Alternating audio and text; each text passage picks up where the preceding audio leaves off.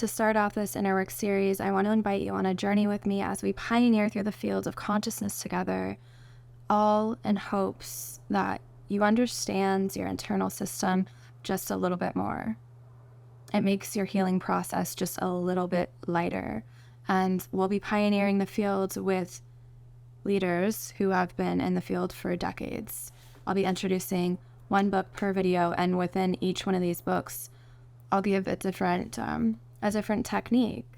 I'll give you a different perspective, maybe that you didn't have before, as you're learning about your internal system. And that's really the main reason why I'm here showing up with you, is that I simply want you to know that, one, you are not alone in this process, in the questioning and the curiosity and wanting to know more of who you are. And two, we have information that has been studied for decades. So let's go to the sources. Let's utilize what is already here. Let's learn from history, apply it in the now, and then continue to keep expanding for the future, for what's to come. So I hope to make you feel comfortable through this process as we talk about some really heavy topics, or it might be very light and exciting. It might be more expansive and open. So wherever we go to, I simply just want to be here with you and let you know that you're not alone. You're not alone. And even if it feels like there's no way out right now, or like it's just cloudy, like that suffocation feeling within the chest,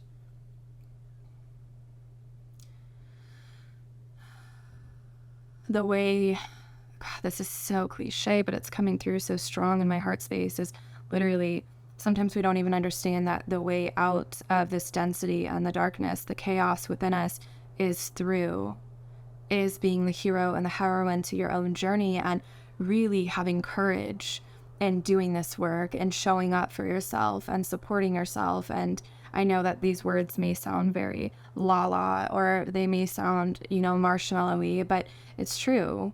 It's true. And I've been on this journey for a while myself, and that's exactly how I got led to books. These books, specifically learning the trauma field, because I want to know this information. I don't want to just feed it to you through my intuition. That would be a disservice. So I'm going directly to the information. I'm sharing this with you, and I'm just hoping that you gain some kind of insight through this process with me. So I want to keep this really light today and start the series off with Robert Johnson. He talks about using the unconscious as a way to learn the language that goes on within you, to learn about the different dynamics that are happening within you.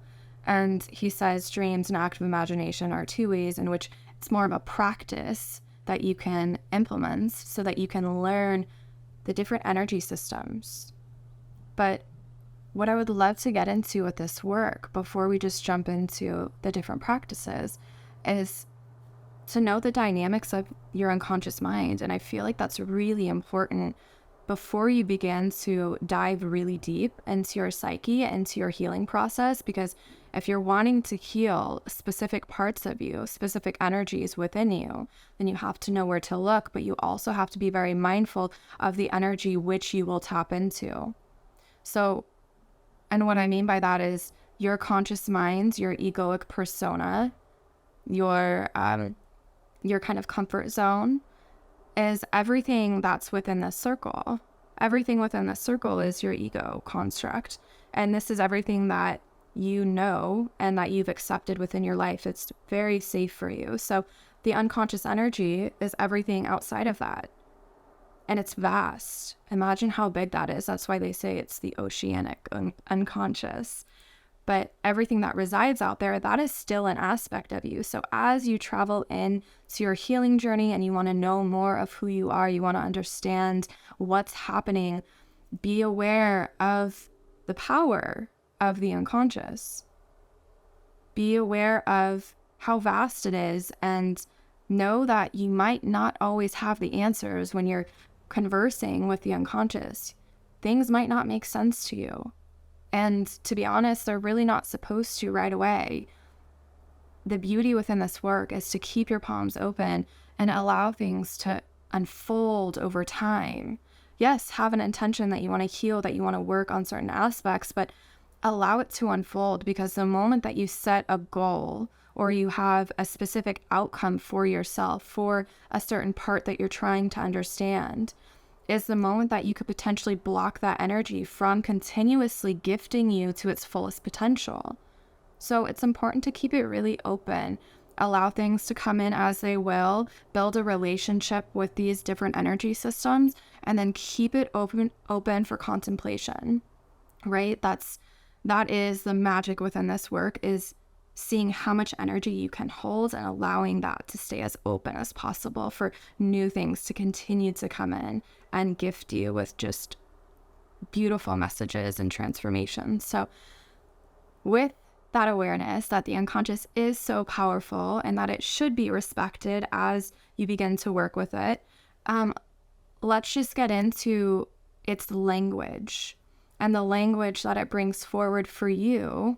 It's through imagery and symbols. And when you're looking at these two dynamics, you can actually correlate it to when you dream or when you have this passive fantasy, which is just a daydream happening in, real time. But when you dream, the symbols and images will arise. And as well, when you're daydreaming, you kind of get lost in this fantasy land. And in both of those realms, that is your unconscious, and you're kind of being taken by the unconscious in a way, and you're floating through this scenario. But within that scenario, gifts you with parts of you that you're unaware of. So when you're dreaming and you might have a dream about, let's say you are in an old wise forest and all around you, it's like everything is alive around you and you have a mission, you have to get somewhere, but you don't know where you have to go. And you're running through the fields, through all of these pine trees and oak trees, but it feels like it's closing in on you. And then all of a sudden you wake up. And when you wake up, you're wondering, what just happened? Where was I? What was I experiencing? And in that moment, what you can do with your dream landscape is you can start to look at it and ask questions as to, one, what does this forest mean to me? What does the color green mean to me? What does this energy of enfolding, or almost, it feels like, what's the word I'm looking for? Because it feels like a cannibalized by nature. I'm being cannibalized by nature and I'm going to enfold into this process. So asking questions and knowing that everything outside, everything that you see outside of you is just an internalized energy system that's within you. So when it comes up within your dreams, correlate that to yourself. Correlate that to the different aspects of you. What part of me is nature? What part of me is this tree? What part of me is this soil? What part of me is running and running and running? What part of me is this?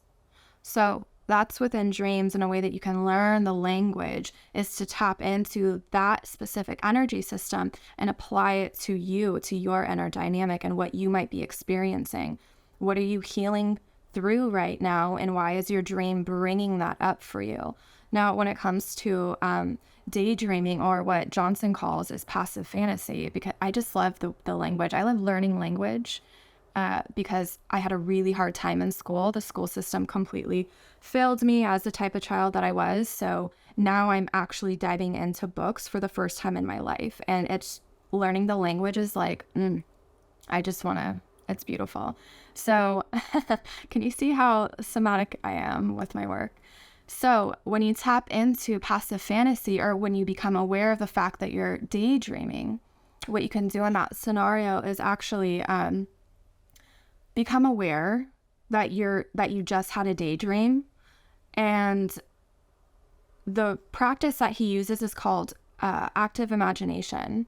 So active imagination is actively participating within your imagination. So what you can do if you're having a fantasy is realize that, whoa, I was just tapped out for like 5 minutes in this realm and I was doing whatever I was doing. I'm not sure what you daydream about, but you know what you daydream about. I don't need to know what you daydream about, but whatever that is, you can actually pull that in to your conscious awareness. Now that you're no longer kind of being taken by the unconscious, you can bring that into your conscious awareness, and you can actually take part and play out that passive fantasy, that daydream, and see what it wants to show you. So Johnson uses active imagination as a way that you can actively participate in that. And what you would do is you would close your eyes, bring that bring that fantasy back into your mind's eye. And when you bring that back into your mind's eye, you want to begin a dialogue with it. And when you begin that dialogue, you're going to ask it questions as to, what do you want to show me? Why are you here? Or why am I here? Why am I in this place with you? What is it that I need right now? What do you have that I need? Because what you're doing within this is you're actually integrating these specific energies into you, into your conscious awareness, so that they're no longer kind of taking over in your unconscious in your unconscious realms, and trying to constantly show up and say, hello, notice me, like I want to talk to you. Rather, you are consciously participating, and you're wanting to know what is it that the unconscious is trying to tell you, so that you can integrate that specific part of you. So whatever, again, you are healing through, or you're trying to understand, you're wanting to just simply integrate that for yourself. You're wanting to pull the energy which the unconscious is showing you, and you're wanting to pull that down and in to your system and do some work around it. So in the active imagination, it's beginning a dialogue with that image and seeing where it takes you. Again, keeping your palms open and allowing the process to unfold as it naturally will, right? You don't want to program the unconscious. You don't want to manipulate the unconscious, because then it would take away from the unconscious actually giving you a direct message and illuminating areas of yourself which you didn't know. So it's like a partnership, you don't want to manipulate your partner. You want them to be as they are and allow them to show you areas within yourself which you didn't know that you had before. So really honoring the unconscious when you're in active imagination, and allowing that dialogue to unfold, and then see where it takes you, see where you end up. Usually, from what I can understand, and with some people that I've worked with, and my own practice, and I don't want to limit it. That's why I'm kind of hesitant on saying this right now, but it does get very archetypal, and like the themes within the active imaginal realm is usually these great potent energies that want to show you truly how powerful you are. However, on the opposite end of the spectrum, if you do an active imagination, and let's say your inner child comes up, like when I just allowed myself to come down and in, and I'm letting go of the ego construct.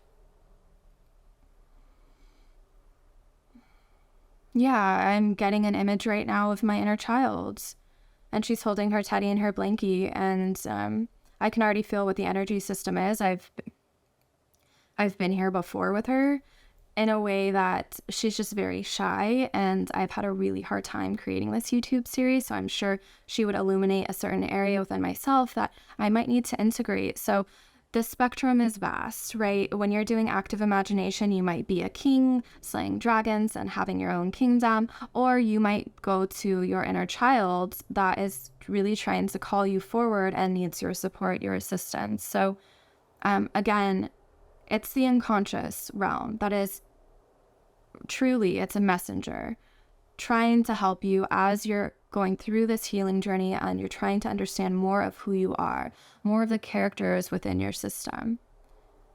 And this is so vast, because if you're dreaming about your ex-boyfriend, well, what part of that ex-boyfriend might you need to integrate? You're not going to call up your ex-boyfriend. You're going to integrate the specific energy system which he might carry, or you're going to become aware of the message that he's trying to give to you. And the same goes for active imagination. When you're taking part in your fantasy or in your imaginal realm, and maybe you're tuning into your emotions through that process, it's about healing the parts of you and working with the parts of you that are in that realm. And the unconscious is just saying, hi, I have a message for you. And I know you're trying to integrate more of yourself right now. I know you're trying to learn more about who you are right now. Can we guide you to this? Can we take you along this journey? Because it's going to be a lot, and we simply want you to get comfortable. I'm saying we, which is interesting because I feel like the unconscious is so big that it feels like a collective energy. It's not just the personal energy, it's like this collective field as well. So really just trusting that unconscious and knowing that it has specific answers for you, which you don't have right now. And that's okay. That's okay. Because you want to slowly get familiar with your unconscious and with your internal territory. So with that, I hope I've inspired you to pick up this book by Robert Johnson. He is how I started out my inner work journey. And I've been on this journey for quite some time, but I haven't been on the intellectual path, which is the other half of me that's it's my unconscious territory that I'm finally embodying, and it's kind of golden shadow material for me. So I'm very excited to be introducing these books to you and these teachers to you, because I would love for you to join me along this journey. And it's just going to be interesting. It's going to be open and fluid and expansive, and we're going to ask a lot of questions together, stay curious, and continue to evolve together.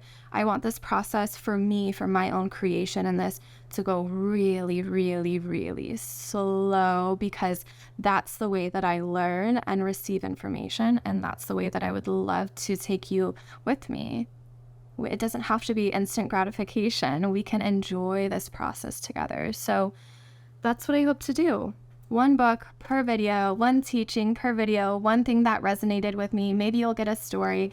Regardless, I hope you pick up this book by Robert Johnson, and I hope that you start your inner work journey with a bit more grounding, ease, coherence, and support, knowing you're not alone. You're not alone. You're not alone. I'm here with you, and there are many of us that are on this journey together. So I will see you in my next video. I do have a couple of ideas for this series. So I'm going to be introducing you to internal family systems. If you haven't already heard of it yet, Richard Schwartz is incredible, and we'll see what energy I bring forward in the next video. But I'm very excited. I will see you over there.